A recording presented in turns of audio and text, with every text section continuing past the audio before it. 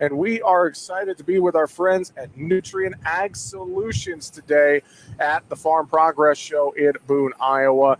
Coming up here on the program, we're going to be talking with various experts from Nutrien. Also, markets in segment 3. Matt Bennett with agmarket.net is going to be swinging by here for our live market segment. Not a bad day of the grades overall. 4 to 6 higher in corn and soybeans, up 7 3/4 in spot September beans today. The wheat market got about a dime back in Chicago with KC futures, and a good follow-through day in cattle as well. So we're going to talk about that coming up here after the bottom of the hour today on Market Talk. But excited to be with our friends at Nutrien Ag Solutions here for day one of the Farm Progress Show. Joining us now, he's the head of marketing and customer experience for Nutrien. Brian Nifong is with us. Brian, good to see you. How are you? I'm doing great, Jesse. Thank you for having me, and thank you for visiting our booth today at the Farm Progress Show. Absolutely. You know, and we're set up on the back patio here, and hey, I'll take the nice breeze to keep the heat down, because I know yesterday setting things up for a lot of folks, it was extremely hot. Yeah, wasn't it? I got to give it to our staff here at Nutrien Ag Solutions and our partners who braved the warm weathers yesterday and even today to put on to make sure that this was set up the way it is, and it's an incredible setup. We're super excited. We hope that y'all can come by. We do have some air conditioning, which has kind of been a lifesaver for a lot of people. So if nothing else, at least come by. We got some air conditioning. We'd be happy to share. Absolutely. Give us a little background on you, how long you've been with Nutrien, et cetera, et cetera. Yeah. So I've been in agriculture pretty much my whole life. I joined Nutrien Ag Solutions about 18 years ago in the Loveland Products Group, and we might talk about Loveland and some of the technologies moving forward. And just through the years, I've just kind of moved my way into the marketing role. And about a year and a half ago, I assumed the head of marketing for North America. And it's been a really awesome journey in this space. It's a great company to work for. And more importantly, we just have some of the best people in the industry. Absolutely. Well, you mentioned Loveland, and I mean, there's a lot of different aspects under the Nutrien umbrella. Yeah. And I feel like, man, it feels like almost weekly I'm seeing news coming out from Nutrien here in the last year or so. I mean, just talk about some of the different segments and some of the different things you guys have going on. Yep, I'd be happy to. So Nutrien Ag Solutions is obviously a really large retail organization. We have over 1,200 retail stores in North America, 3,500 crop consultants and agronomists there to service our grower customers. And then and what's represented here at the booth, we have our proprietary and our seed line with Dynagrow and Proven. We have our Loveland products line, which we can talk a little bit more about, some of the crop protection, adjuvant seed treatments, plant nutrition products, which is really where we're spending a lot of our time. We've got a Nutrien financial arm to help customers through this financial crunch that they might be experiencing. We got a sustainability team here to try and help solve any of the sustainability questions that a customer might have. And this year we also have we've partnered with Farm Rescue, which is an organization that we're really proud to be a partner with, that helps farmer customers in need as it comes to planting and harvesting. And so we've got a full selection of things to offer, and we'd be happy to visit with anybody on any of them. Well, I'm thinking about that too. I mean, I know Nutrien, you're one of, if not the largest ag retail organization in the world. And so talk about that. And you mentioned, facing a little bit of some of the downturn in the ag economy, et cetera, right now. How is what you guys do, how does that bring an advantage to the farmer? Yep. Well, being large and being global has its advantages. And I'll talk about that in a minute, but I think our business is still very, very, very local. It's that relationship with that crop consultant and that grower that we really have to make sure that we never lose sight of. What global scale gives us is the ability to invest in areas that maybe others can't, to try to solve some of the agronomic challenges that might be out there. We can't fix the commodity prices as it is today, and I know they're very depressed right now. But we can offer product solutions and agronomic recommendations to help drive as much volume as we can off of that acre, and do it in a sustainable manner to make sure that our customers are getting the maximum value out of partnering with Nutrien Ag Solutions. Well, Brian, I think about this, the way the ag industry is changing and evolving. It just feels like we're in a constant state of progression, so to speak, with yeah. so many different advancements and the new technology that's out there and the things that you guys are doing to just try and, you mentioned sustainability and just trying to provide farmers with all the tools necessary, right? Yeah, we hope to be. We've got our, we're working to really differentiate ourselves in multiple areas. Sustainability, which Marty and Sky will be on a little bit later, talking about, is there a way to make some money on a per acre basis through sustainable programs or sustainable offers? There's obviously that we're trying to explore. We're making significant investments in the plant nutrition space, the biofertility, the biostimulant space, to try and get more out of our traditional NPK fertilizers. And how do we do more potentially with less, and so that growers get more value out of and more yield out of that?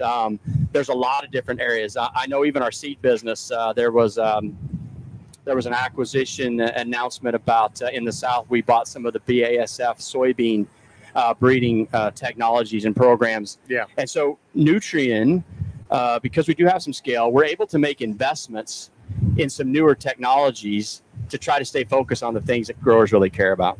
And I think about this too, and I want to hit on this before we get to the break here. Thinking about investments, not just in the technology you offer farmers, but in the next generation as well. I know you guys just did an FFA announcement as well, a multi-year commitment. What was it? $850,000. Yeah. Talk about that a little bit. Yeah. So the FFA organization is super important to us, and I might argue we're actively recruiting the younger generation. We have to prepare ourselves as a retail organization for that farmer of the future, and I think agriculture is one of the most progressive industries out there. We probably have more technology, more innovation, more money being spent that people don't actually recognize. And it's a very, very exciting industry for young people to come into. So through that FFA organization, we try to get into the high schools and educate them and be able to work all the way through the college system to ensure that we get the best agronomists coming out of the colleges, and supplement that hopefully with some of our good internship programs and training programs.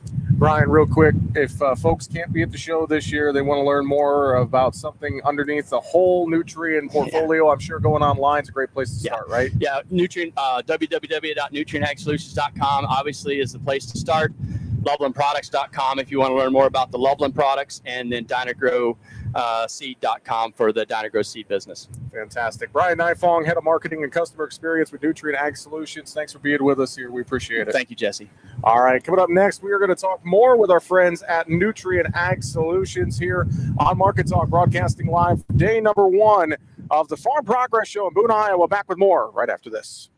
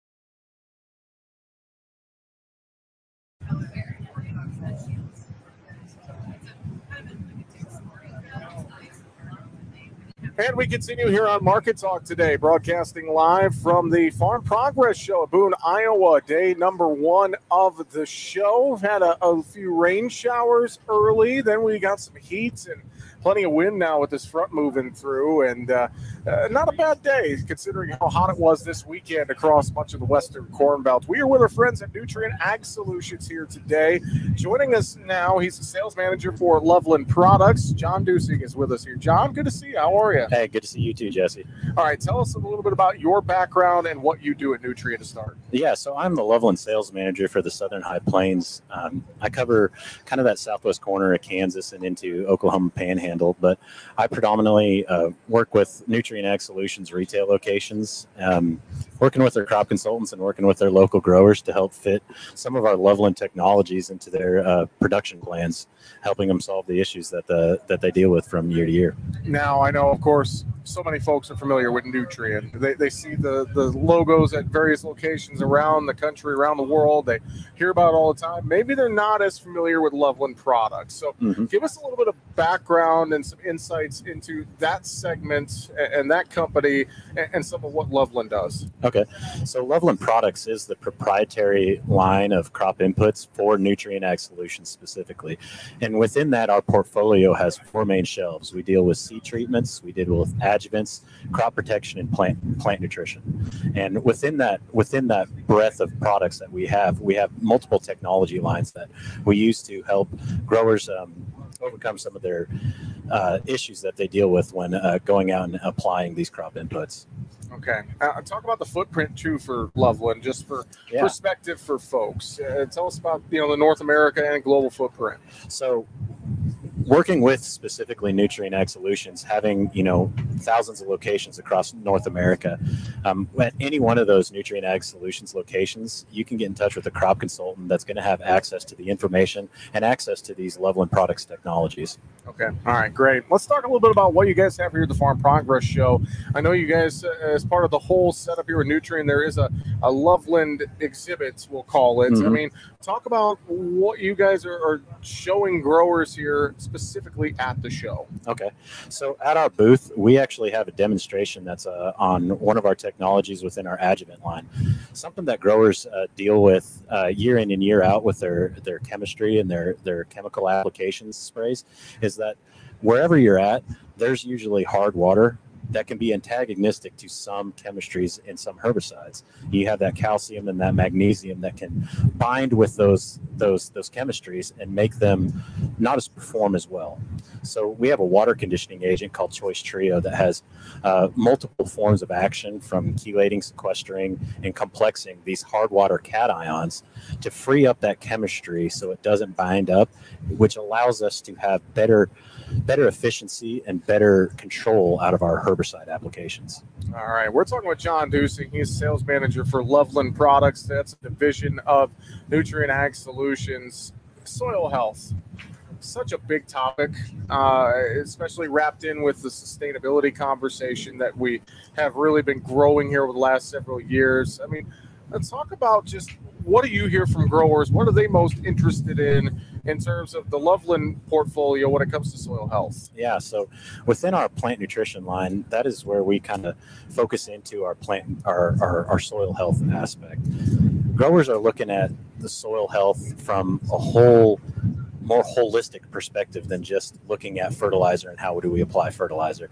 We got to look at all the nutrients, and then we got to look at the soil microbiome and how microorganisms within the soil play a role in that efficiency of that fertilizer and the nutrients within the soil. So how do we bring technologies that help with mineralization of nutrients, which we have technologies that help in that biocatalyst sphere that work with the applied fertilizers, but also work with the fertilizer that might be tied up within the soil, just boosting that microbial activity and increasing that mineralization process so we can take those nutrients that are bound by some of the soil conditions and make them more available for crop need. What are some of, I'm thinking mainly for, say, Midwest row crops here for 2025, what are some key recommendations you're giving to growers right now as they're starting to pencil things out, make decisions for next year, et cetera, et cetera? Yeah, so one thing that we like to do at Loveland and Nutrien Ag Solutions is we like to tailor those technologies specifically to some of the issues that they're doing. So we like to have that consultation with the grower, look at their soil tests, see how they're doing, what kind of limitations does their specific soil have, and then how can we fit a technology into that. A good example of that, in my area, we deal with a lot of low organic matter soils. Organic matter is important for CEC and being able to hold nutrients. If you have low organic matter soils, you tend to have lower CEC, which means you're not being able to hold your applied fertilizer in place. We have a technology platform that is called our C2 lineup. It is a combination of extracted and reacted carbon and carbohydrates. And what that does is it increases that CEC within that zone of applied to be able to hold on to the nutrition that you apply, keeping it available for the plant. What about biostimulants? I know that's an area that Loveland has a pretty large portfolio. And that's something that we've never really talked about on this show a whole lot. So give us some background on your guys' biostimulant portfolio. Yeah. So Loveland's been using biostimulants for a multitude of years now, and we have several products that fit that, from dry fertilizer enhancers to liquid in-furrow starters. And the technology behind that is all driven on that soil microbiome. We know that bacteria and fungi and protozoa that exist within the soil play a vital role in that nutrient mineralization. We have a biocatalyst line of products that help actually stimulate those microbiome, the bacteria within the soil, to get them active again to help release that fertilizer. It's something that we've been working with for several years now and had great success on increasing the efficiency of not only the applied nutrients, but the nutrition within the soil. Thinking about all the different products you guys have, and then all the conversations we have around sustainability and climate smart ag, and there's a lot of talk about, carbon credits and qualifying your crops for sustainable fuels, et cetera, et cetera. So there's so many things going on around that really kind of come back to soil health and growing a good crop. I mean, how is Loveland navigating some of that overarching conversation? What are some of the new things that maybe you guys have learned as a company in, say, the last 2, 3, 5 years that can apply to some of that? So when we're talking about looking at soil health, we have to look at it from a holistic standpoint. And one thing that we've learned is that all nutrients are not an island within the soil. They have interactions within the soil itself. And one thing we're looking at and taking a deeper dive into is how do those interactions affect the availability or inability of those nutrients to be available to the plant. And then when we understand some of those limitations of the soil and the nutrients in there, we can fit some of these technologies to overcome those limitations. Sure.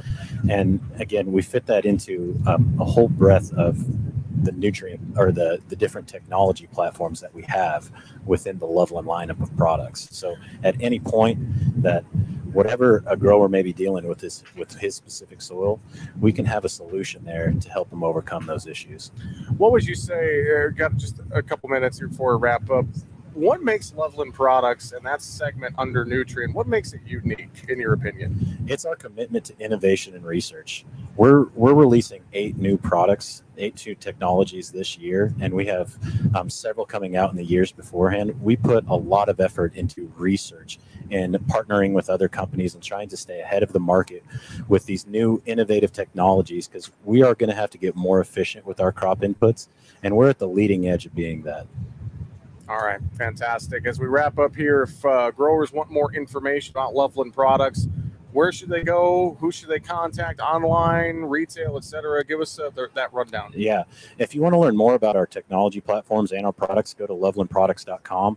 And then I would advise, go to a Nutrien Ag retail location, and they'll talk with the crop consultant, and they'll have all the information that they need to help you out. Got about a minute here, John. Final thoughts, anything you want to reiterate to folks as they're making decisions for next year? Maybe they want to take a look at the Loveland lineup. What would you tell folks? Yeah, one thing that we have is at any Nutrien Ag retail location, we have the ability to work with a crop consultant and do an innovative partnership trial. So if you're dealing with a specific issue, we have a program that allows us to fit a technology in there and work with the grower, get the data that we need, and prove it to them through an ROI that we're helping them out in the long run. Fantastic. LovelandProducts.com, right? That's right. Awesome. John Dusing, sales manager for Loveland Products. John, thanks for being with us here at the Farm Progress Show on Market Talk. We appreciate the time. Hey, thanks for having me, Jesse.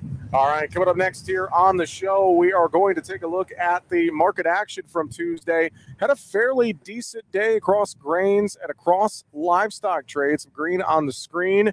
We're going to talk about it. Matt Bennett with agmarket.net is standing by.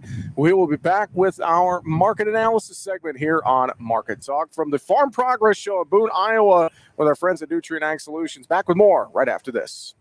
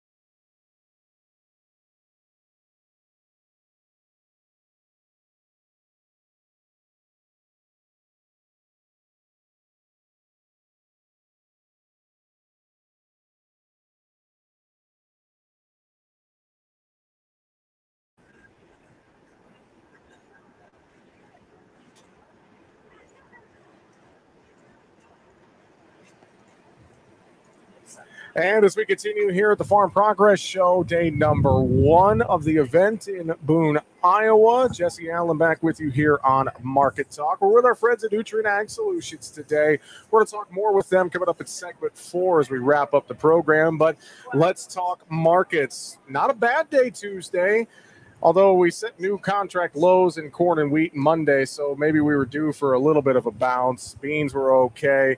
Cattle's a good follow through there. Let's take a look at what's going on in this market right now. Matt Bennett with agmarket.net joining me live in person here at the Farm Progress Show. It's good to see you, buddy. How are you? Good to see you, bud. I'm good. It's it's not as bad as what I thought it might be. No. Got a little cloud cover, some air moving. So, I think that the mood is kind of what I expected it to be just from talking to a few folks. But yeah. You got to expect that it's going to be a little frustrating given what we've seen happen the last few months here. Absolutely. Well, and I mean, thinking about this, and I mentioned it, we hit new contract lows in quarter wheat yesterday. And I mean, you look at the board, D's corn, 392 3/4 at the close Tuesday. Novi beans, 986. Wheat's in the mid fives on the board. I mean, we know the situation. Now, I think the big question is, how do we navigate it, Matt? Yeah, I mean, there's a lot of tough realities here, Jesse. And, first of all, growers got to know, based upon the sales they've already made, can they make money if they go ahead and market more now? They've got to know, do I need money this fall? If I need money this fall and I sell right now, clearly it's probably going to have a better basis attached to it than October the 10th. And so I think there's a lot of issues that pop up to me, especially when we got a lot of old corn sitting around. There's going to be plenty of stocks, and so the incentive for the purchaser to go out and chase this corn is probably not going to be there. So I guess I'm just I'm trying to urge people, don't wait until the minute that you have to make the decision. Let's try to head some of this off the pass, because you might say, oh, what is it going to be, 10-15 cents better? But as well as I do, Jesse, 10-15 cents may be make a huge difference for a grower. 2 years ago, 15 cents didn't matter. Exactly. I mean, it really didn't. We were all making money then, but the frustrating thing is a lot of us maybe got a little spoiled, with what was going on then. And so 24, is a little bit of a attitude adjustment, if you will. I do think we're going to burn through some equity. We've got to understand that. And then how are we going to move through that? Like you said, we got to know how to navigate it. And there are no easy answers right now. No, there are not. And I think about, if we're starting to get some lines at the elevator, I mean, September options, go off the board here this week and things like that. Some folks are, you mentioned it, getting forced into that decision here, or they're faced with kicking the can down the road and trying to play the carry of the market again. And to your point, there's people on every side of the spectrum. There's some people that have kicked this can down the road so much, and then there's some people that haven't played the futures and options market at all, Matt. Yeah. So, for instance, whenever you're kicking the can down the road, the tough thing is that, let's say you're going to play the carry game. Yes, there's carry in the market. Is it full carry? No. Unfortunately, it's not. And quite frankly, the carry that you've got makes it very tough to make it work with interest costs where they are. So if you've got money borrowed, you got to understand, hey, what's it cost me to hold on to commodities per month right now? And for corn, it's gonna cost you close to 3 cents a month to hold on to it. With soybeans, maybe around 7. And so with that being the case, if you've got full carry or let's call it 32 cents out to July, that's 7 months. I mean, Jesse, it's 4.5 cents a month. I don't know. We've got to, if you're going to leave it in the bin, what can you do along with it? And so there's a lot of things a grower can do. For one thing, Jesse, anytime I put corn in the bin, if I'm doing nothing else, I just sell calls. I sell 30, 40 cents above the market, even if it's only for 5-6 cents. And guess what? I hope to God I have to pay a margin call on that sold call, because that means the price of cash corn's rallied substantially. So if you want to put it in the bin, great. But let's at least have a game plan if we're going to put it in the bin. Well, and I think about this too. Obviously, we're talking about it, the supply side of this situation. I think it's pretty clear we have in many areas a bumper crop. And I've said this a lot here the last couple of weeks, that the good areas are really good. The bad areas are bad, but the good areas outweigh the bad areas this year. And I think that just reinforces we're going to have a lot of supply and we're trying to find demand. Yes. We've got some demand at these cheaper prices lately, but it's almost like the blue light special, so to speak, I mean, it's that supply demand dynamic. I don't see a big shift there right now. Yeah, I mean, here's the problem. Let's say the USDA comes in and lowers the yield closer to pro farmer. Maybe you go down to a 181.5. I think the USDA has baked enough exports into this supply and demand balance sheet that they could actually extract some if the crop gets smaller. So don't assume demand has to stay where it's at. The reason they inflated demand is because the crop was going to be so large. It wasn't because we had this overwhelmingly great export book out there. Now, corn versus soybeans, respectively speaking, is actually a better book at this time of year for new crop compared to what normal is, and so I don't know, Jesse. I think that the best thing to do whenever you're looking at the balance sheet is to understand, even if you cut yield, you're probably not going to get to what you would call a tight situation on corn. Now, beans, boy, if you feel like we've sounded bearish so far, you're not going to want to listen to what we're going to say with beans, because it's a tougher thing to say. Now, you were talking a little bit about the crop. I will tell you this. I drove all the way across 36 yesterday from home, Route 36 into Kansas, about 2 hours. There's going to be a lot of corn picked in the next 10 days in that corridor. The corn doesn't look bad, don't get me wrong, but it's kind of giving up the ghost, if you will. I mean, not a whole lot of green in the crop. I did see one guy running yesterday, and based on the corn in the auger carts, it wasn't mounded up to where it was like 25 plus. It may be low 20s, drier than what I thought it would be. So I do think there's going to be a lot going on here. And I think, if this heat caught some of this corn before it got to the half milk line, I think guys might be a little disappointed with how it finishes. Now, the April corn's probably far enough along, I don't think it'll impact it. But some of that May stuff, I wouldn't make any bold assumptions about what your yield is until you get out there and look at it with your own eyes.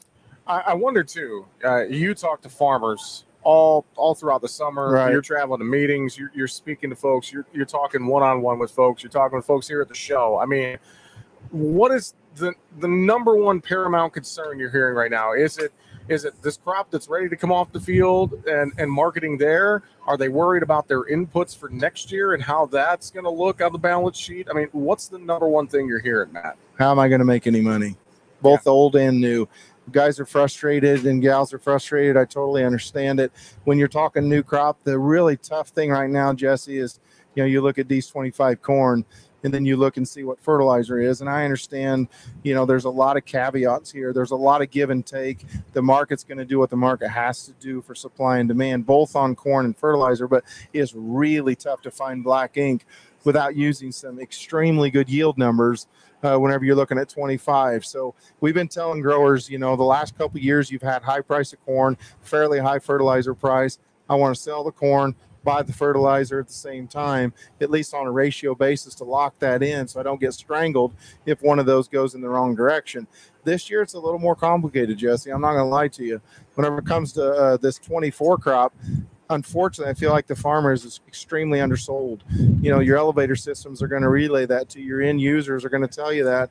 And so it's going to be tough, for a grower to be in a position where, that they feel like they're going to have a great year. I mean, according to the University of Illinois, we're going to burn through, average grower in Central Illinois is going to lose about $130 an acre on a 50-50 rotation. Yep. That's an average grower. Now, I know that's not everybody, but the thing is we have to grasp the situation and then decide what are we going to do about it. So I think that, a lot of us that maybe haven't done anything off farm for a while may have to figure out what we're going to do to kind of make the situation better, because this is going to be a challenge, and I don't expect that it's going to be over with right away.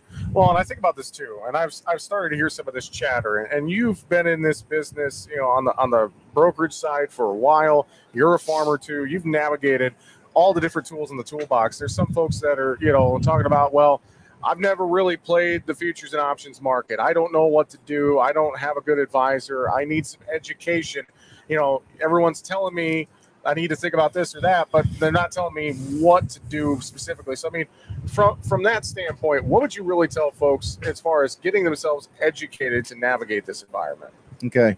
One of the things that you said that really catches my attention, because a lot of people say this, is what do I need to do to learn how to play the futures and options markets? But we don't play the futures and options markets if we're a farmer. We've got to hedge our risk. And so what I always tell growers is you've got to know your farm like the back of your hand. You've got to know, hey, if I end up raising 240 bushel corn and I've already sold 35% of that, at an average of 460. If I sell everything else today, how much money am I going to make or lose? You know, what is my break even? What's my return on investment? How much am I paying myself in these situations? And so whenever you get there, Jesse, you can understand that, like, let's say that if the market went down another 20 cents, you know, you're going to be so far underwater, you can't make your land payment, whatever it might be. Hey, I'm going to step in here due to what I know, and I'm going to put a floor into the market. I'm going to do so in a flexible manner where, you know, maybe I'm buying a 380 put option. Maybe I'm selling a 430 call, because the only way I can afford the 380 put is to sell something along with it. And what am I doing there? I'm saying, you know what? If it goes above 430, I know I've got 430, but I can live with 430, but I can't live with 350. Yeah. And the other thing, the last thing to put into that is, what's your crop insurance program? Because if you're 85%, right now we're in the chips at an APH yield. And so you have to understand how these revenue policies work, and then use your marketing plan to accentuate that insurance policy.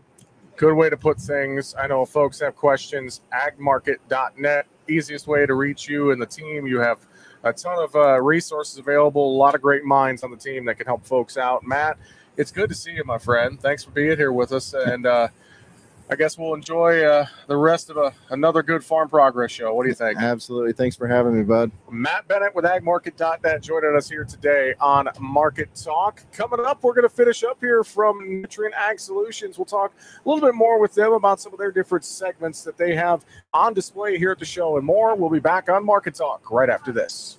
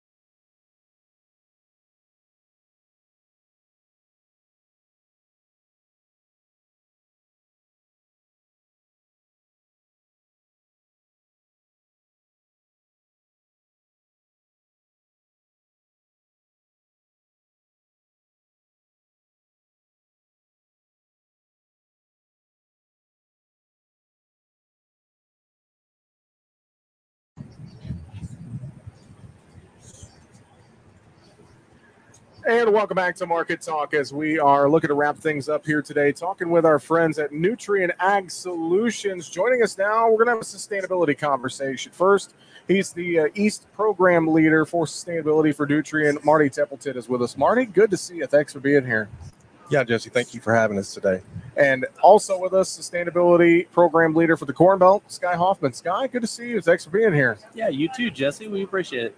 All right. Well, when it comes to the word sustainability, guys, I feel like this means different things to different people in agriculture. There's a lot of different ways to explain it. So I guess I would start. Marty, from your perspective, what does sustainability mean to Nutrien Ag Solutions?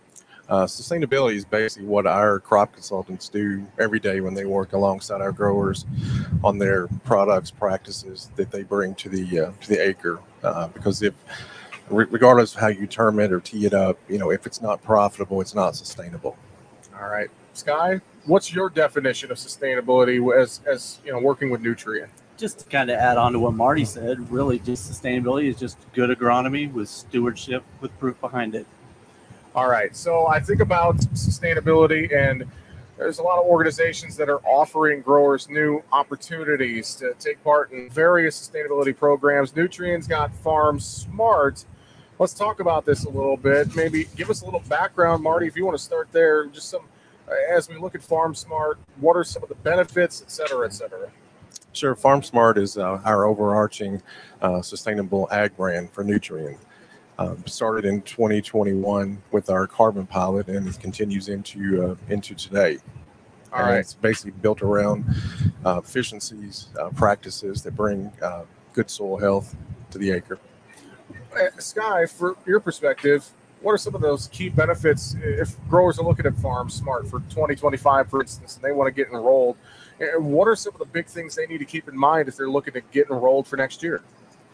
I think the biggest thing is they just need to have a conversation with their crop consultant, figure out what kind of opportunities they have to look at what they've been doing, look at the new technologies and the products, the practices, to see if there are opportunities to be able to increase nutrient use efficiencies and do some practices that can increase soil health that would just overall benefit the soil and the profitability of the farmer. Let's talk about some of those practices. For instance, I hear a lot about no-till, cover cropping, et cetera, et cetera. What are some of the big ones that Nutrien emphasizes with its programs, et cetera, et cetera? I mean, from your guys' perspective, Marty, what do you think? Yeah, most of the programs that we have available to our growers through our retail network of locations are basically built around no-till, like as you said, reduced till, implementing cover crops, crop rotation, practices like that. Like I said, anything that builds that soil health on the acre for the grower. And I think about this, with all these different practices, there's a lot of times, Sky, that I think a lot of growers, they either aren't sure which avenue to go down sometimes because there's so many options, or they may already be doing these things and they may wonder if that qualifies them for certain programs. You hear a lot about that out there across the countryside as well. Yeah, absolutely. That's why it goes back to the crop consultant again. Yeah. And that's kind of where we see our advantage in this space is our vast network of crop consultants that we have. So growers, if they have any questions on what's available out there, they can contact their crop consultant and they can get in contact with Marty or myself and see what kind of programs are available. Look at what they're doing and see if there is a program that will fit them. Data is another key thing, I think, for a lot of growers. They are worried about who is going to have their data of their farm. Is someone else going to own it? Who's going to have access, et cetera? Is that a common question you guys get in terms of sustainability practices and things that you talk with growers about? Yes, Jesse, it's a very common question. We get that quite often in various divisions that we work with across the country with our retail footprint. Everybody's concerned about their data. Who's looking at it? Who has access to it? What are they going to do with it? Well, I think about this too, and just, when it comes to data and cybersecurity and all these things, and it's just, I think it comes back to how a lot of growers, I guess I'll frame it up like this. There's times where you might go down to the coffee shop and ask someone, say, hey, how was your yield this year? You may or may not get the accurate response. It's like we're private people by nature. We don't want people to know exactly what we're doing. But also the flip side of this, when it comes to a conversation about sustainability, the technology and the data that we have at our fingertips to help us improve our operation, it's so key. And it's something we don't want to be afraid of, right, Sky? Yeah, that's absolutely correct. So with us, we have our digital platform called Agrible, and that is where we will implement these programs where the grower can enter in their data to be able to qualify for these programs and get the sustainability metrics back. So this is all in-house within Nutrien. The data is anonymized and aggregated, so the grower owns it, so no one will be able to access their data unless they are willing to share it themselves. Fantastic. As we're kind of wrapping up here today, guys, just, I think about this too. We've talked about it on the show today with where commodity prices are, ROI, growers, do they want to make investments in this segment or that segment of ag? Do they want to do this practice over this one, et cetera? I mean, what would you tell folks, especially about the Farm Smart program from Nutrien and things like that? What would you really want to reiterate to them as they're making decisions about their operation here, wrapping up harvest, looking into next year? Yeah, the main thing that I would emphasize to the growers is that it's a great time to look at an alternative revenue stream for the farm. You're already going to be doing these practices on the acre. Let's get paid for those. And that's key right now with where commodity prices are. Absolutely. Sky, if growers want to learn more about, say, Farm Smart or any of the other great products that Nutrien has, what's going to be the best way? You mentioned the crop consultants earlier, but beyond that, what's another good way to get more information? Yeah, growers can go to nutrienagsolutions.com and search for Farm Smart there. And we also have a podcast that talks about sustainability. It's called the Farm Smart Podcast. It's available at all places where you can find your podcasts. Fantastic. Well, guys, enjoyed the conversation. Really appreciate it. Marty Templeton, Sky Hoffman with Nutrien Ag Solutions. Thank you both for being with us on Market Talk today. Appreciate it. Thank you, Jesse. Thank you, Jesse. Appreciate it. Appreciate it. Thank you. And that's going to do it for Market Talk here today. Broadcasting live with Nutrien Ag Solutions at the Farm Progress Show in Boone, Iowa. Day 2. We will talk to you tomorrow. We'll be with our friends at Geringhoff talking about some of their new products and more.